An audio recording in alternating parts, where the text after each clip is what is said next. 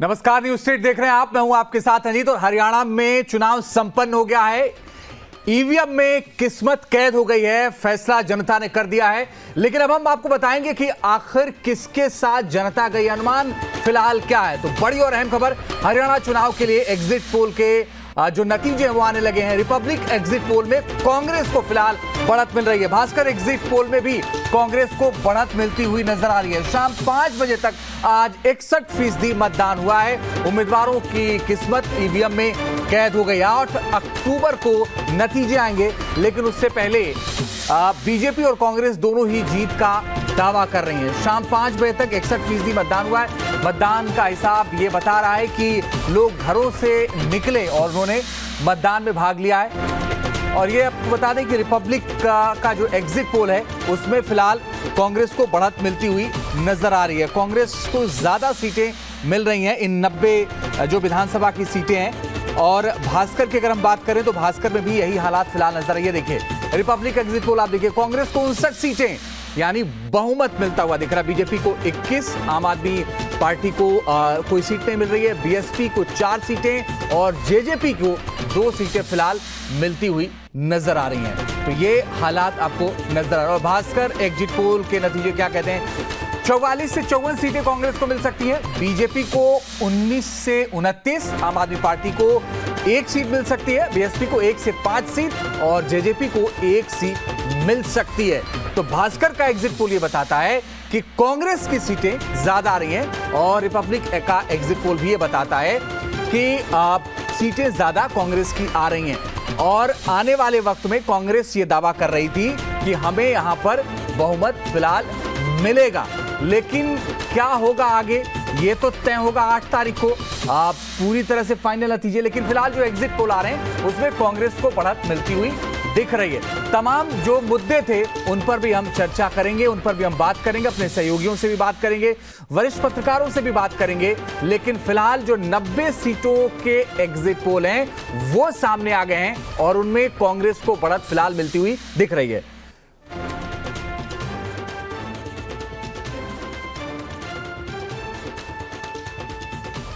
और इस पर बात करने के लिए मेरे साथ अनिल त्यागी सर जुड़ गए हैं, वरिष्ठ पत्रकार हैं। एनके सिंह साहब जुड़ गए हैं, वो भी वरिष्ठ पत्रकार हैं। आप दोनों का बहुत स्वागत है। और साथ ही मेरे सहयोगी विकास चंद्र जुड़ गए हैं ज्यादा जानकारी के लिए। विकास, पहला सवाल आपसे कर रहा हूं, फिर मैं एनके सिंह साहब के पास जाऊंगा। बड़ी बात यह है कि इस बार जो एग्जिट पोल है वो बताते हैं बीजेपी को बड़ा नुकसान हुआ है। क्यों ऐसा हुआ?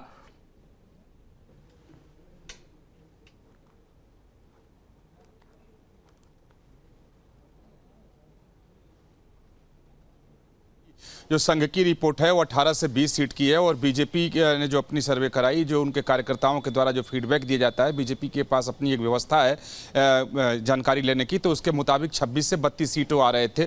और ये बात बिल्कुल सही है कि आप देखें 10 साल की उनकी सत्ता थी और वो मान रहे थे कि हमारे खिलाफ बहुत ज़्यादा एंटी इनकम्बेंसी है और खट्टर का जो नेतृत्व था वो बहुत नुकसान पहुँचाया। आप देख लें कि पूरे हरियाणा विधानसभा चुनाव में खट्टर की कहीं तस्वीर नहीं लगी। जो व्यक्ति 9.5 साल तक मुख्यमंत्री रहा उसकी कहीं तस्वीर न लगाई जाए और उन इलाकों में न लगाई जाए जिन इलाकों से वो आते हैं, जहां पे कहा जाता था कि खट्टर की पकड़ है। तो इसी से अंदाजा लगा सकते हैं उनके खिलाफ कितनी ज्यादा एंटी इनकम्बेंसी थी कि बीच में ही पहले ही चुनाव से थोड़े दिन पहले 52 दिन ही मिला है वहां के मौजूदा मुख्यमंत्री को। तो बीजेपी भी ये मानकर चली है। लेकिन हाँ, बीजेपी को अभी भी इस बात की उम्मीद है कि सरकार उसकी बनेगी। अब ये बड़ा आश्चर्य वाली बात है कि खुद बीजेपी कह रही है कि 26 से 32 सीट आएगी लेकिन हम सरकार बनाएंगे। उनका मानना है कि कांग्रेस को इतनी मेजोरिटी नहीं आने जा रही है कि वो लोग सरकार बना लें और जो अन्य जो पार्टियां हैं उनको जितनी सीटें आएगी तो मिलीजुली सरकार बन जाएगी। बीजेपी नेताओं का दावा है कि दूसरी बार हम सत्ता में आए थे तो अब कौन सा बीजेपी को उतनी सीटें आ गई थी कि अकेले के दम पर सरकार बन गई। जब दूसरी बार में नहीं आई तो तीसरी बार में कहां से आ जाएगी। तो इस बार भी लेकिन हम मिलीजुली सरकार बना लेंगे। लेकिन हाँ, इतना जरूर है कि जो मैंने हरियाणा घूमा और वहां के लोगों से बात की और जो बातें समझ में मुझे आई कि लोगों में नाराजगी बहुत ज्यादा थी और उसका खामियाजा बीजेपी को इस चुनाव में वो आंकड़े भी बता रहे हैं। विकास, और आपसे मैं आपके पास आऊंगा, आगे आपसे चर्चा करूंगा। लेकिन अनिल त्यागी सर, विकास ये कह रहे हैं कि नाराजगी थी और ये शायद नाराजगी बीजेपी भी समझ गई थी, इसीलिए वो नए मुख्यमंत्री के साथ गए चुनाव में, बावजूद इसके फायदा नहीं मिला। नहीं, निश्चित रूप से नाराजगी तो थी। और पिछली बार जब मैं 90 के 90 चुनाव क्षेत्र घूम के आया तो तभी से लग रहा था कि मामला बहुत गड़बड़ है अब की बार भारतीय जनता पार्टी का, और मिलीजुली सरकार बनाने का सपना भारतीय जनता पार्टी को भूल जाना चाहिए, क्योंकि वहां पे जो चुनाव है वो जनता बनाम भाजपा है। कांग्रेस को तो वोट डिफॉल्ट मोड में मिल रहा है, आप समझिए, और लोग भारतीय जनता पार्टी के खिलाफ वोट दे रहे हैं और उनको कांग्रेस से मतलब नहीं है। कांग्रेस के तो डिफॉल्ट मोड में वोट जा रहा है और सरकार वहां बनेगी। सरकार वहां, हरियाणा की जनता अब की बार कोई स्कोप नहीं छोड़ रही है कि कोई जोड़ तोड़ करने लायक छोड़े। आप 52 सीट से गिनना शुरू कर दीजिए कांग्रेस को, वो कहां जाके रुकेगी, क्योंकि 8 तारीख को पता चलेगा। और अभी जो सर्वे भी बता रहे हैं, क्योंकि ये सर्वे वाले भी डरे होते हैं, इसके डर से जब रिपब्लिक 59 सीट बता रहा है, जो कि रिपब्लिक घनघोर जो है भाजपावादी है और समर्थक है सरकार का, जब वो 59 सीट दे रहा है तो बाकियों के छोड़ दीजिए। भास्कर की 54 सीट आपने बताई है, जब अभी तो शुरू हुआ है ये सारा का सारा सिलसिला। लेकिन अगर आप अंबाला से और सोनीपत तक जो जीटी रोड थी उसमें लगभग 28 सीटें बैठती हैं, वहां पे लोगों ने इनकी पिच खोद दी, ना ये वहां बैटिंग कर सकते हैं ना बॉलिंग कर सकते हैं। 28 सीट तो उड़ गई, तो ये कहां से, यहीं से तो जीतते थे, यही तो बीजेपी का गढ़ था। थोड़ी बहुत उम्मीद, अगर इनको उम्मीद जो सीट आने की है वो साउथ हरियाणा और फरीदाबाद से है जी, बाकी सब गोलमाल है, आप समझिए। भारतीय जनता पार्टी का कोई लेना देना नहीं है। सिरसा से कुछ सीट आएंगी, लेकिन सिरसा में बीजेपी 0 है। जो सीट आएंगी वो चौटाला की आएंगी या कांग्रेस की आएंगी, अभय सिंह चौटाला की जी। इवन गोपाल कांडा जैसा व्यक्ति जो आरोपित है और विवादास्पद है, उसकी सीट भी गोकुल सेतिया के कारण फंसी हुई है जी। आप समझिए, जो सीटें ओल्ड रोहतक की हैं 21 के करीब सीटें, उनमें से 15-16 सीटें तो कांग्रेस की, 5 या 4 सीटें आ रही हैं बिल्कुल बाकी लोगों की।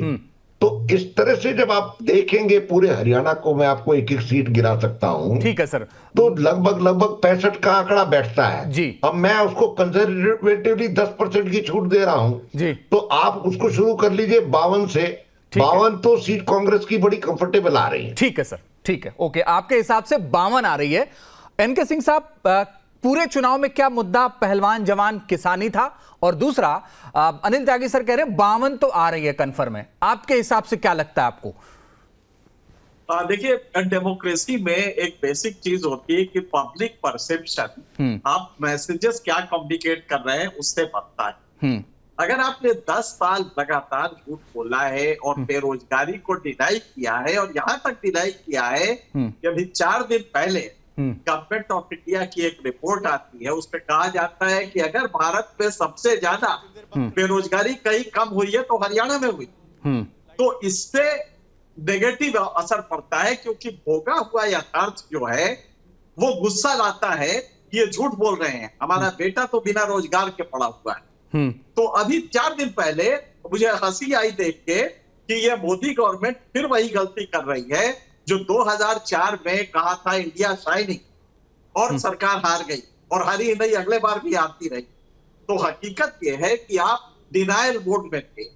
हरियाणा में जो तीनों मुद्दे आपने दिए, डिस्ट्रेस ऑफ फार्मर्स की स्थिति बहुत खराब है, बच्चे उनके पढ़ नहीं रहे, नौकरी नहीं मिल रही है, तो ये दोनों ने लेके एक बिल्डअप किया। आप जरा सोचिए, हरियाणा पर कैपिटा इनकम में 3रे नंबर पर है भारत में, यूपी काफी नीचे है पर कैपिटा इनकम में, यूपी में भी आपको आम चुनाव में वोट नहीं मिले जी, जबकि योगी ने कोई ऐसा गलत काम नहीं किया था, योगी का परफॉर्मेंस ठीक था। लेकिन हरियाणा कंपैरेटिवली ज्यादा पर कैपिटा इनकम है, वहां भी नाराजगी है। लेकिन सर, हरियाणा में लोकसभा में लोगों ने 50-50 कर दिया। एग्जैक्टली 50, वही मैं कह रहा हूं कि पिछले का देखिए कि 10 राज्य के आए थे और यहाँ पे घट गए हरियाणा में। तो जब हरियाणा में आपके लोकसभा में भी घटे, यूपी में भी घटे, एक पर कैपिटा इनकम में काफी ऊपर है, दूसरा ह्यूमन डेवलपमेंट इंडेक्स में काफी नीचे है।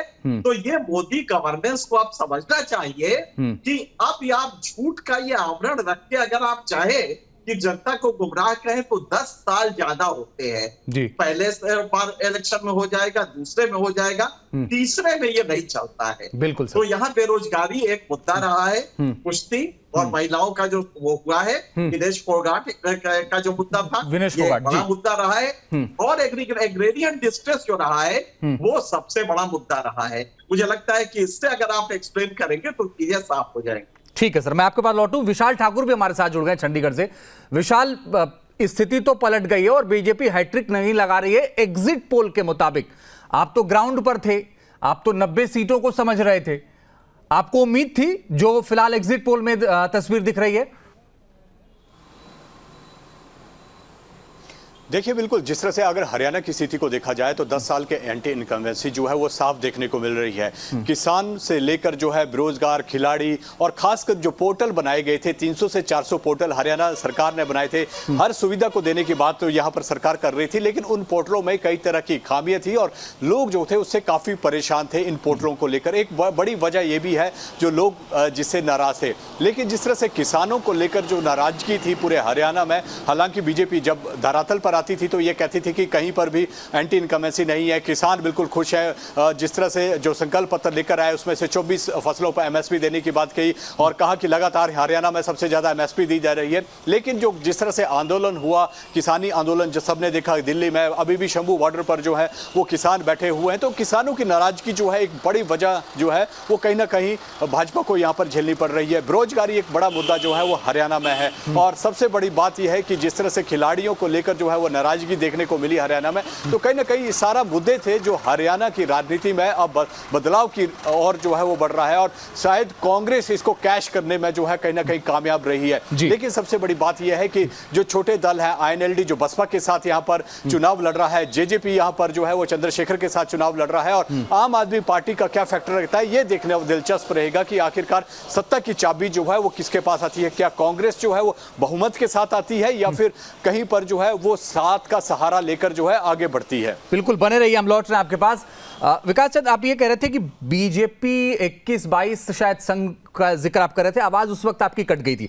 न्यूज 18 इंडिया ये कह रहा है बीजेपी को 21 सीटें, कांग्रेस को 59 सीटें, आईएनएलडी को 4। तो जो बीजेपी के अंदर कलह थी विकास, जिसको आप बहुत बारीकी से समझते हैं, उसका भी नुकसान हुआ क्या?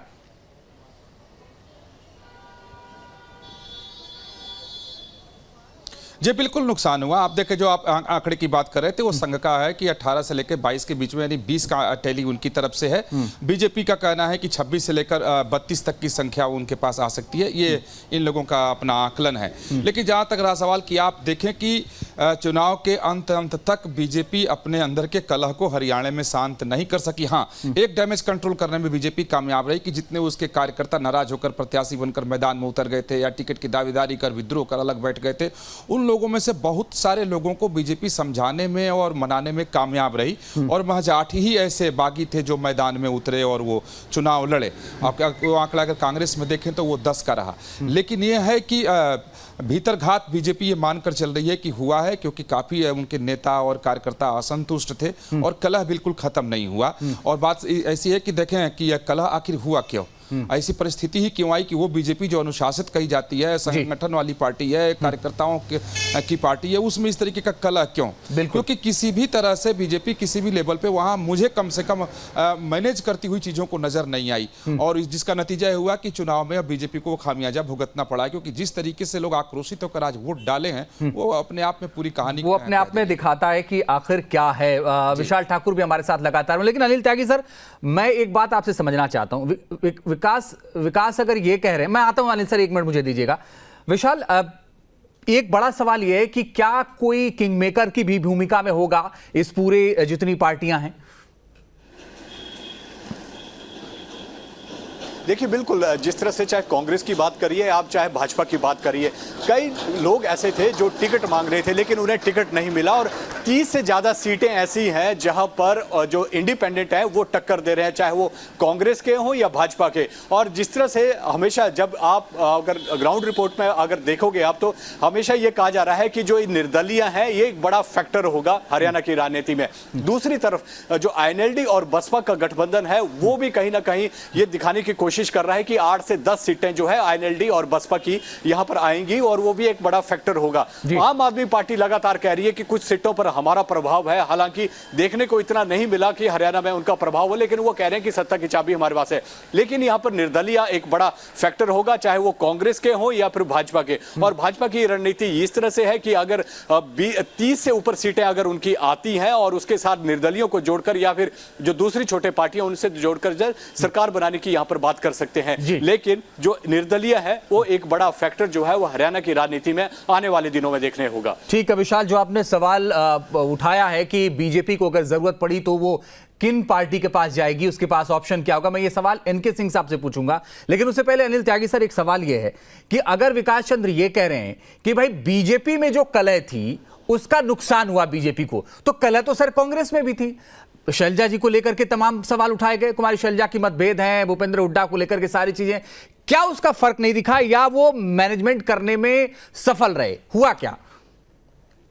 देखिए, हम पत्रकार लोग ना बड़े विद्वान होते हैं और एकेडमिक डिस्कशन बहुत करते हैं कि दलित है शैलजा भारतीय जनता पार्टी के जो दलित गुब्बारे की हवा राहुल गांधी ने परसों निकाल दी महेंद्रगढ़ में अशोक तंवर को ला करके। उन्होंने शैलजा को भी कट डाउन कर दिया और भारतीय जनता पार्टी को भी कट डाउन कर दिया। मैं आपसे जो निवेदन कर रहा हूं, ये 32 सीटें 36 सीटें 20-22 सीटें, ये एकेडमिक डिस्कशन है। जो आपने कहा बीएसपी जेजेपी के साथ चंद्रशेखर रावण, आप, इनका कोई वजूद नहीं है हरियाणा में। हरियाणा की जनता ने भारतीय जनता पार्टी के खिलाफ वोट दिया है, गुस्से में वोट दिया है। सन 85 सर, के मैं आपको बाद माफी के साथ रोक रहा हूं, इस वक्त भूपेंद्र हुड्डा कुछ कह रहे हैं, सुन लेते हैं क्या कह रहे हैं। उनसे उनकी राय जाने जाएगी, हाई कमांड फैसला करें, जो भी फैसला करेंगे मंजूर होगा। शैलजा जी भी अलग सबका अधिकार है, आप भी उम्मीदवार हो सकते, कोई ये थोड़ा ही। आप भी अपना put your hat, who say no, this is democracy. Everybody should aspire, और जितने ज्यादा उम्मीदवार होंगे इसका मतलब उतनी कांग्रेस पार्टी मजबूत है। आपको लगता है शैलजा जी का भी अधिकार है? क्यों नहीं है? हमारी सीनियर लीडर है वो, क्यों नहीं है? हुड्डा को सुन रहे थे, उनसे भी ये सवाल पूछा गया कि शैलजा जी, उन्होंने कहा हमारी सीनियर लीडर है। अनिल त्यागी सर, आप कंटिन्यू करिए। पुरानी कहावत है कि जिस पैर के नीचे गर्दन फंसी हो उसको सहलाते रहना पड़ता है। हुड्डा वही कर रहे हैं। अभी गर्दन फंसी हुई है तो पैर तो सहलाने ही पड़ेंगे। हाँ, आप हरियाणा में, मैं ये निवेदन कर रहा था कि आपको कि जो बसपा, अभय सिंह चौटाला, दुष्यंत चौटाला, केजरीवाल, इन सब की जो चर्चा कर रहे हैं नगण्य है।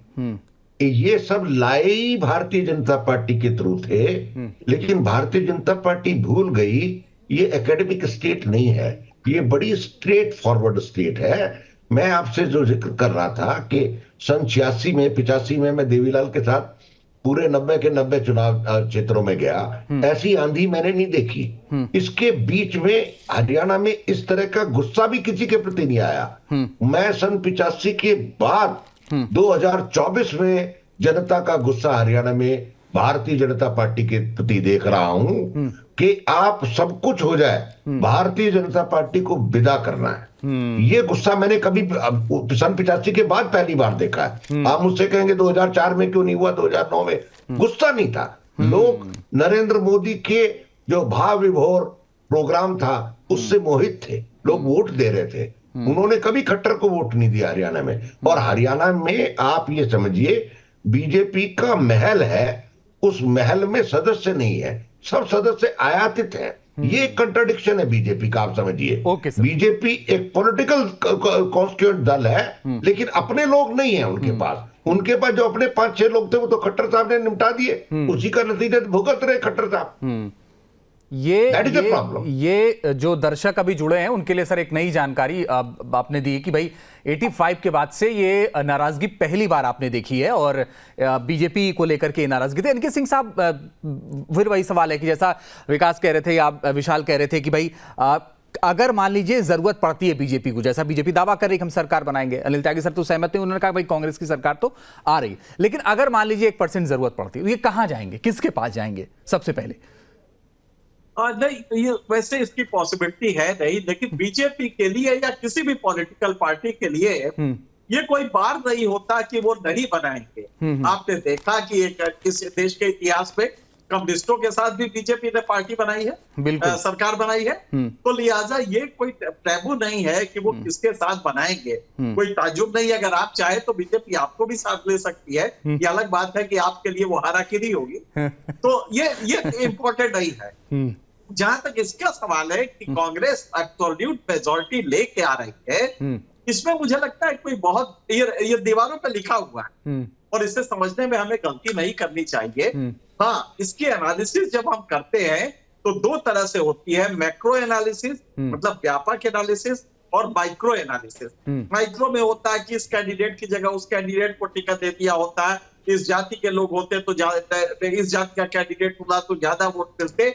ये मैक्रो एनालिसिस मोदी जी ने 10 साल में खत्म कर दिया है, क्योंकि उनका अपना जो इन्फ्लुएंस है वो इन सब से भारी था। लेकिन 10 साल के बाद हुआ ये कि आपने रीजनल लीडरशिप खत्म कर दी। हरियाणा हो, आपका छोड़ दीजिए हरियाणा, तमाम राज्यों में आप चीफ मिनिस्टर नहीं डिक्लेयर करते हैं। आपने देखा कि चुनाव के पहले चीफ मिनिस्टर हरियाणा में बदल देना, ये क्या था? क्योंकि आप रीजनल लीडरशिप को ग्रो नहीं करने दे रहे। अब या तो आपकी मकबूलियत उसी तरह 10 साल में बनी रही हो, या रीजनल लीडरशिप ग्रो करे। ये दो ही तरीके होते हैं जिससे आपको वोट मिलते हैं। मोदी जी ने रीजनल लीडरशिप ग्रो नहीं करने दी। नतीजा ये हुआ कि जो एडमिनिस्ट्रेशन से नाराजगी थी, गवर्नेंस से नाराजगी थी, वो पूरी तरह जनता ने, जैसा बताया गया, कि वो एक एंगर के रूप में आ गया है। और हरियाणा में ये साफ दिखाई दे रहा है कि वो एंगर रहेगा। इससे शिक्षा ये मिलेगी बीजेपी को कि बाकी राज्यों में भी ये स्थिति बन सकती है, क्योंकि 2024 एक इंडिकेटर था जनरल इलेक्शन, हरियाणा में दोबारा हुआ, वहां भी यह स्थिति है, जबकि वो प्रॉस्पेरिटी वाला स्टेट है। तो ये एक बीजेपी के लिए सबक होगा आने वाले दिनों में कि हम अपने गवर्नेंस की क्वालिटी या तो बढ़ाएं या जो नाराजगी के वो हैं वो हटाएं। जैसे बेरोजगारी है, बेरोजगारी हरियाणा में चीख चीख के ये बात कह रही है, रूरल डिस्ट्रेस चीख चीख के ये बात कह रहा है। ये तो कि एक बच्चा भी सड़क का समझ सकता था कि हरियाणा में रूरल डिस्ट्रेस जबरदस्त है, हरियाणा में बेरोजगारी बेपना है। अगर इससे भी आप मुंह मोड़े और एक रिपोर्ट सरकारी बनवा ले और कह दे कि नहीं साहब यहाँ बल्ले बल्ले है, यहाँ तो साहब बिल्कुल फर्स्ट क्लास, हिंदुस्तान में सबसे ज्यादा बेरोजगारी कम हरियाणा में हुई है, तो जो एंगर होगा जनता का वो सीधे बैलेट बॉक्स में दिखाई देगा और यही वहां पे होता है। ठीक है सर। विकास, मुझे एक चीज बताइए कि अभी आपसे बात हो रही थी, आपने कहा भाई खट्टर के पोस्टर नहीं लगाए गए, सही बात है, नहीं लगाए गए, नाराजगी थी खट्टर के खिलाफ, लेकिन उन्हीं खट्टर को लोगों ने लोकसभा में जिताया और फिर केंद्र ने उनको मंत्री बना दिया और बड़े मंत्रालय भी दिए।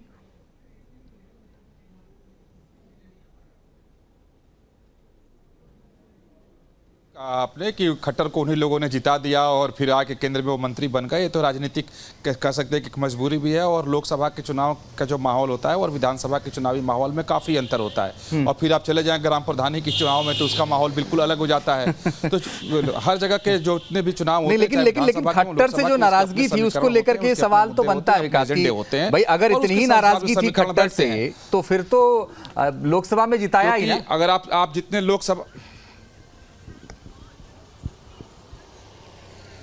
आप देख लें कि जितने लोग उनके लोकसभा क्षेत्र में जो विधानसभा क्षेत्र आते हैं उसमें कितने में खट्टर को जितनी वोटें मिली हैं वो वहाँ इस बार के विधानसभा चुनाव में क्या स्थिति होती है। क्योंकि इसीलिए लोकसभा में और विधानसभा में लोग, जैसे दिल्ली में आप देखें कि सारी सीटें मिल जाती हैं बीजेपी को लोकसभा में और विधानसभा के लिए बीजेपी तरस जाती है, तो आखिर वही दिल्ली है, लेकिन स्थिति बदल जाती है चूंकि दोनों के मुद्दे और एजेंडे अलग हो जाते हैं। आप देखें हरियाणा में बीजेपी ने भी अपनी कम ताकत नहीं झोंकी। हालांकि देखें आप लास्ट के जो अंतिम के 2 दिन थे, बीजेपी का कोई भी बड़ा नेता हरियाणा में प्रचार करने नहीं गया। 1 तारीख को प्रधानमंत्री की अंतिम रैली हुई और उस 1 तारीख से लेकर के और जब 3 तारीख तक की बात कहें कोई बड़ा नेता नहीं गया प्रचार करने। तब मुझे लगता है कि शायद इन लोगों को पहले ही ऐसा लग गया कि अब स्थिति वहां हमारे लिए अनुकूल नहीं है और हम सत्ता में नहीं आ रहे हैं। नहीं तो इस तरीके से हरियाणा को छोड़ा नहीं गया होता, क्योंकि बीजेपी की ऐसी प्रवृत्ति, चुनावी प्रवृत्ति कम से कम ऐसी नहीं है। आप देखें 250 से ज्यादा बड़ी रैलियां बीजेपी की तरफ से की गई, जिसमें 4 प्रधानमंत्री की बड़ी रैली, 12 अमित शाह की रैली, नड्डा भी वहां दौड़ते रहे, राजनाथ सिंह की भी सभाएं हुई, योगी आदित्यनाथ की भी सभा, यानी कुल मिलाकर 250। लेकिन लास्ट के अंतिम के 2 दिनों में कोई भी बड़ा नेता वहां पर नहीं गया। वो साफ दिखाई दे रहा था कि बीजेपी के खिलाफ लोगों का मूड है, लोग आक्रोशित हैं, लेकिन उसके बावजूद बीजेपी ताकत लगाए रखी, क्योंकि बीजेपी का मानना था कि जो गैर जाट की वो राजनीति करती है, और बीजेपी का हर नेता ये दलील दे रहा था जब हम चुनाव कवर कर रहे थे कि आखिर जाट कितने प्रतिशत है, अगर उतने हैं, बाकी तो गैर जाट ही हैं, और ये फार्मूला बीजेपी का चला भी है हरियाणा में।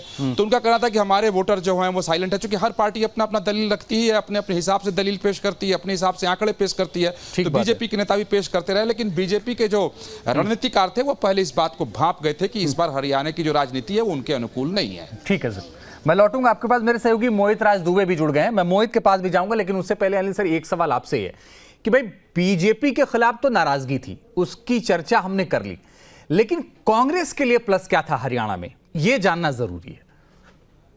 मैंने तो आपसे कहा कांग्रेस के लिए प्लस कुछ नहीं था। कांग्रेस डिफॉल्ट मोड में जीती है, क्योंकि भारतीय जनता पार्टी ने जवानों की पिटाई की, किसानों की पिटाई की, पंचायत प्रधानों की पिटाई की, महिला आंगनवाड़ी की पिटाई की, किसानों के रास्ते में कीले ठोक दी। समाज का कोई, मैं आपको बताऊं, मैं हरियाणा में जब गया तो हिसार जैसा छोटा डिस्ट्रिक्ट, छोटे शहर में 3 बड़े धरने थे। टेलीविजन वाले धरने पे बैठे हैं, एयरपोर्ट वाले धरने पे बैठे हैं, किसान इंश्योरेंस का पैसा लेने के लिए बैठे धरने पे बैठे हैं। समाज का कोई अंग पिछले 5 साल में ऐसा नहीं बचा जिसकी पिटाई और धुनाई बीजेपी ने नहीं की हो। कांग्रेस को कुछ करने की जरूरत ही नहीं थी। कांग्रेस में तो सिर्फ भूपेंद्र हुड्डा ने यह किया कि वर्कर की शादी में जाना, वर्कर के मातम में जाना, बाढ़ आ गई तो ट्रैक्टर से जुलूस निकालना, इतना काम किया, बाकी कुछ नहीं किया। लोग पीड़ित हो गए, प्रताड़ित हो गए। जब ये तय कर लिया कि इनसे पिंड छुड़ाना है, तब जाकर के वोट मिला है कांग्रेस को। ये भाजपा के जो, देखिए क्या है, मैं आपको बताऊं बड़े सीरियस नोट पे, कोई चैनल डिस्कस नहीं कर रहा है। आने वाले 20 साल इस देश के लिए खतरे की घंटी है। हरियाणा तो शुरुआत है, बीजेपी उसका आकलन ही नहीं कर पा रही है। हर 20 साल में सरकारी नौकरी, सरकारी दवाई और सरकारी शिक्षा और म्युनिसिपल एडमिनिस्ट्रेशन, यानी कि अर्बन टाउन प्लानिंग, डिजास्टर और साफ पानी और साफ हवा, ये मिलेंगी नहीं 20 साल में। आप समझिए, अगर बीजेपी नहीं, कांग्रेस भी ये नहीं सोचेगी। आपको बता रहा हूं, अभी तो महाराष्ट्र में आप देख लीजिएगा, झारखंड में देख लीजिएगा, कैसे तोते उड़ेंगे सबके, किसी को समझ में नहीं आएगा हम हार क्यों गए। बीजेपी पास्ट होने जा रही है, फ्यूचर जनता होने जा रही है। जनता ने तय कर लिया है कि जो मुद्दे हमारे, जो मिसाइल हैं, अगर वो तय नहीं करेंगे और उनको सॉल्व नहीं करेंगे, हम नहीं जताने वाले हैं किसी को। लोगों को सोचना पड़ेगा कि सिविल एडमिनिस्ट्रेशन, सिविल गवर्नेंस का क्या होगा जी। अगर आपके मेरे जीवन से ये 3 चीज चली जाएंगी तो क्या होगा? नौकरी नहीं है, ये लोग इजराइल जा रहे हैं, रशिया जा रहे हैं, आप हंस रहे हैं लोग। ये बीजेपी का जो डिस्कनेक्ट हुआ जो आम मासिस से, वो गड़बड़ हो गया जी। इनको समझ में नहीं आया कि मासिस से कैसे कनेक्ट करना है। तो ये डिस्कनेक्ट के खिलाफ वोट है भारतीय जनता पार्टी का। सर, भारतीय जनता पार्टी नहीं है। अब ये फ्यूचर का आप हरियाणा में भाजपा आज से पास्ट टेंस में है जी, फ्यूचर टेंस कांग्रेस का है। और एक बात और बता रहा हूं मैं आपको, ध्यान से सुन लीजिए। अगर भाजपा इस बार हार गई तो अगली लड़ाई कांग्रेस के साथ लोकदल अभय सिंह चौटाला और दुष्यंत चौटाला को होगी। बीजेपी फिर हाशिए पे होगी और देवीलाल की तरह से बीजेपी का हाथ पकड़ के दोनों लोग चलाएंगे। कोई पूछने वाला नहीं मिलेगा बीजेपी को स्टेट में। ठीक है सर, मोहित राज दुबे भी हमारे साथ जुड़ गए हैं। मैं इनके सिंह साहब आपके पास आऊंगा और मैं आपसे पूछूंगा कि भाई राम रहीम का भी कोई फायदा नहीं मिला बीजेपी को, अगर यही एग्जिट पोल अगर एग्जैक्ट पोल में बदलते हैं तो। लेकिन मोहित, भूपेंद्र हुड्डा अभी बात कर रहे थे मीडिया से, उन्होंने कहा कि शैलजा सीनियर लीडर हैं। पार्टी के भीतर इस तरह की बातें बहुत सारी आई कि शैलजा नाराज हैं, इसको लेकर के बहुत सारी बातें सामने। अब वो इस एग्जैक्ट पोल के बाद कोई रास्ता निकलेगा या वो नाराजगी भी बनी रहेगी? इसका क्या फर्क पड़ेगा आने वाले वक्त में?